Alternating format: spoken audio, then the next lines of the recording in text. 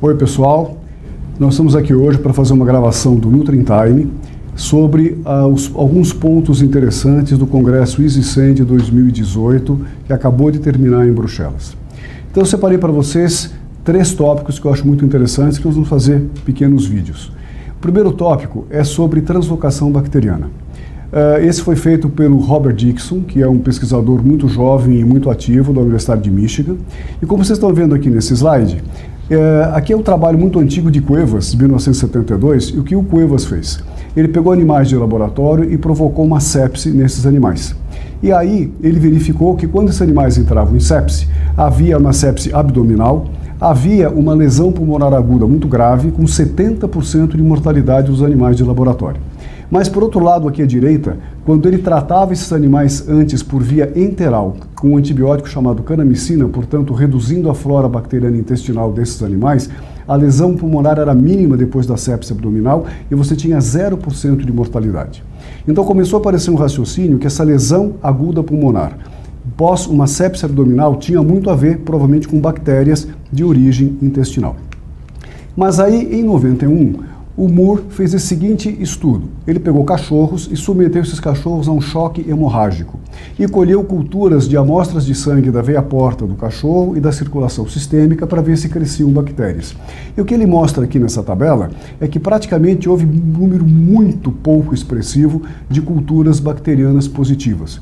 E a conclusão que o Moore chegou é que a translocação bacteriana, numa situação de estresse físico, era alguma coisa muito pouco importante.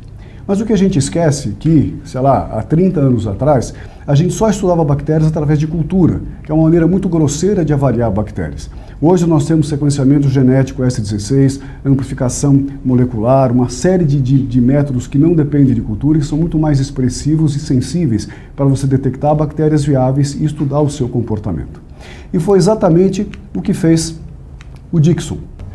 Então, esse mesmo Robert Dixon, agora em 2016, fez o seguinte estudo, mas agora não mais fazendo cultura bacteriana, mas estudando as bactérias com sequenciamento genético S16. Então, ele provocou em ratos um modelo de sepse abdominal. Ele ligou o seco dos ratos e perfurou esse seco dos ratos, causando, portanto, uma sepse abdominal e avaliou bactérias na artéria pulmonar. E o que ele mostra é que realmente você tem, com 24 horas após a sepse, uma grande quantidade de bactérias vindas do trato gastrointestinal viáveis na artéria pulmonar. Como vocês estão vendo aqui nesse gráfico, vocês têm em 24 horas já um início de translocação bacteriana para o pulmão, o pico dessa translocação se faz em 5 dias e depois em 2 semanas e depois em 8 semanas ele já não consegue mais detectar bactérias viáveis. Então, sim, a sepse abdominal dos ratos levou a uma translocação bacteriana para o pulmão, mostrando que a sepse levou ao aumento de permeabilidade da parede intestinal. E não só no pulmão. Um outro grupo desse mesmo time do Dixon fez esse mesmo experimento com sepse abdominal de ratos e conseguiu recuperar da mesma forma bactérias intestinais viáveis no cérebro dos ratos. E como vocês estão vendo aqui, o pico dessa translocação bacteriana no cérebro é em 5 dias e vai depois se abatendo, desaparecendo em 14 dias e em 8 semanas. E o mais importante é que a presença de bactérias intestinais viáveis, tanto no pulmão do rato quanto no cérebro do rato, estavam diretamente relacionadas com inflamação no pulmão e com inflamação no cérebro. E esse trabalho experimental teve um braço que foi um braço em humanos, coletando espécimes de cérebros de pacientes que haviam morrido na UTI ou por sepse ou por causas não sépticas. E como vocês estão vendo nesse slide, os pacientes que morreram de sepse tinham bactérias viáveis tanto do trato respiratório, isso aqui em cor de rosa, como do trato gastrointestinal, das porções mais baixas do intestino, no seu cérebro, e que isso se relacionava com uma inflamação cerebral. Então, que se acredita que pelo menos um dos mecanismos das alterações neurológicas da sepse esteja ligado a essa translocação bacteriana que vai para o cérebro também. Esses são dados não publicados do próprio Dixon, que fez o seguinte experimento.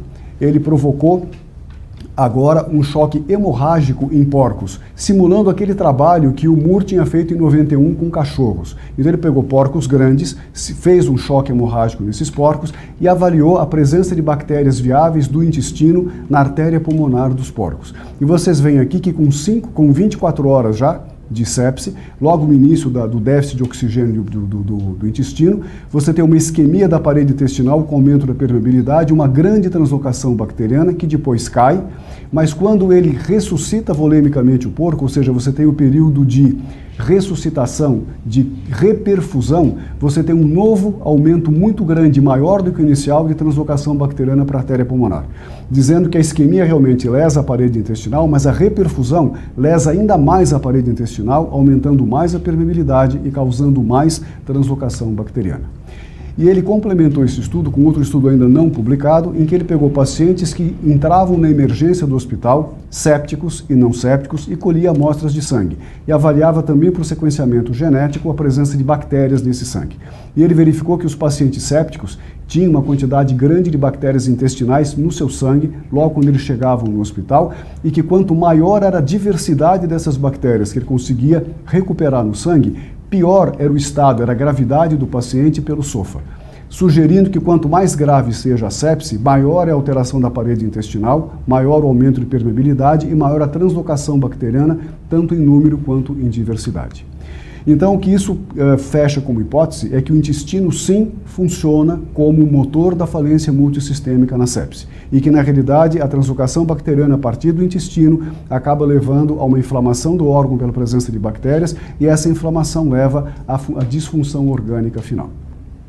E isso é muito importante, porque nos remete a algumas atitudes práticas que nós temos que tomar dentro da terapia intensiva com os nossos pacientes graves. Nós ainda temos pouco a fazer, mas temos muito a fazer no futuro. O que nós temos de prático a fazer hoje são nutrição enteral precoce, assim que possível, fórmulas menos processadas que atinjam porções mais baixas do trato gastrointestinal e alimentem essas bactérias de lá, porque elas, reconhecendo esse alimento, elas se tornam menos agressivas e você não tem essa transformação do microbioma em patobioma. O uso de fibras pré-bióticas ou fibras mistas também é importante, desde que não haja uma contraindicação formal para isso, e algumas outras atitudes que às vezes nós podemos tomar e às vezes não podemos, como reduzir o uso de opioides, de drogas vasoativas, o uso mais racional de antibiótico terapia, para justamente não selecionar tanta flora, e algumas atitudes que ainda dependem do crivo do tempo, como usar um polietileno-glicol trifosfatado, que aumenta o teor de fosfato no muco do intestino, e a bactéria reconhece isso como alimento e fica mais apaziguada, não expressando tanta agressividade. E é isso que eu tinha para falar para vocês. Muito obrigado.